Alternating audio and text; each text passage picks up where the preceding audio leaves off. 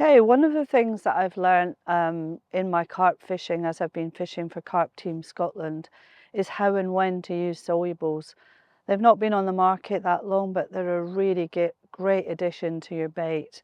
The reason I would use a soluble, particularly in a competition, is right at the beginning of a competition, you've mapped out your swim, you know what you've got in front of you, but you might have 4 or 5 different places you want to fish, but you're not completely 100% committed to each of those spots. It allows you to put some bait out that's probably only going to break down over sort of 2-3 hours, but you're not actually fully committing to that spot. So you can try it out at the beginning of a competition. You can see how the bait's breaking down. You can fish there for a few hours, and if nothing happens, you've not then left with a huge pile of boilies that's just left there for the next 48 hours of the competition and with no rods over the top of them.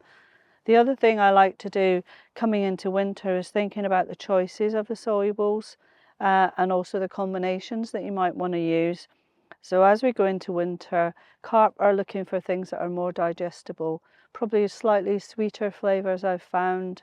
So I really like using the cold boilies, which have got a fantastic chocolate flavour. You could eat them, they're just fantastic.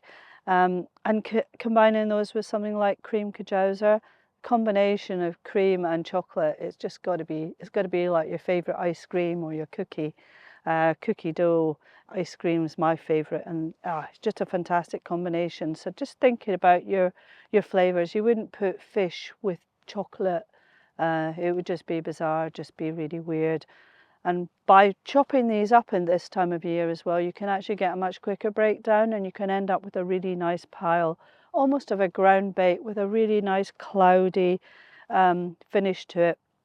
The other thing to note is these start off quite a dark chocolate colour, but actually when you've put them in water, in the lake water, you'll see that they actually go quite a pale brown. So really think about that. You can see some of the hook baits I've got in here, they're actually much lighter.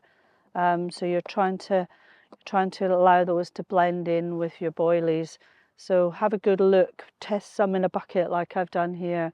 Just test them, have a look and see what the colour's like. You can see some of these cold boilies that have been in here for about an hour. They're starting to break down, but look how light they've gone, and they sort of just crumble in your fingers. So that's what's going to happen in the lake bed over time. Over the next couple of hours, they're going to break down like that, but be a much lighter colour. So think about that when you're choosing your hook baits. So I think a great thing to do would be to get some solubles, just to experiment with them like I do. I love to just have a look and see what happens to the bait. Because once you've put that bait out there, you have no idea what it's looking like, and to have some in your bucket and you can see the colour change, you can see how different temperatures affect the way in which it breaks down. You know, is this going to last me 2 hours, 3 hours? How long is it going to last before I know that I really need to start topping up again? So experiment with different flavours, different combinations. Sometimes I'll do pineapple and chocolate, or I'll do pineapple and sweet corn, something like on the lines of something like a pina colada.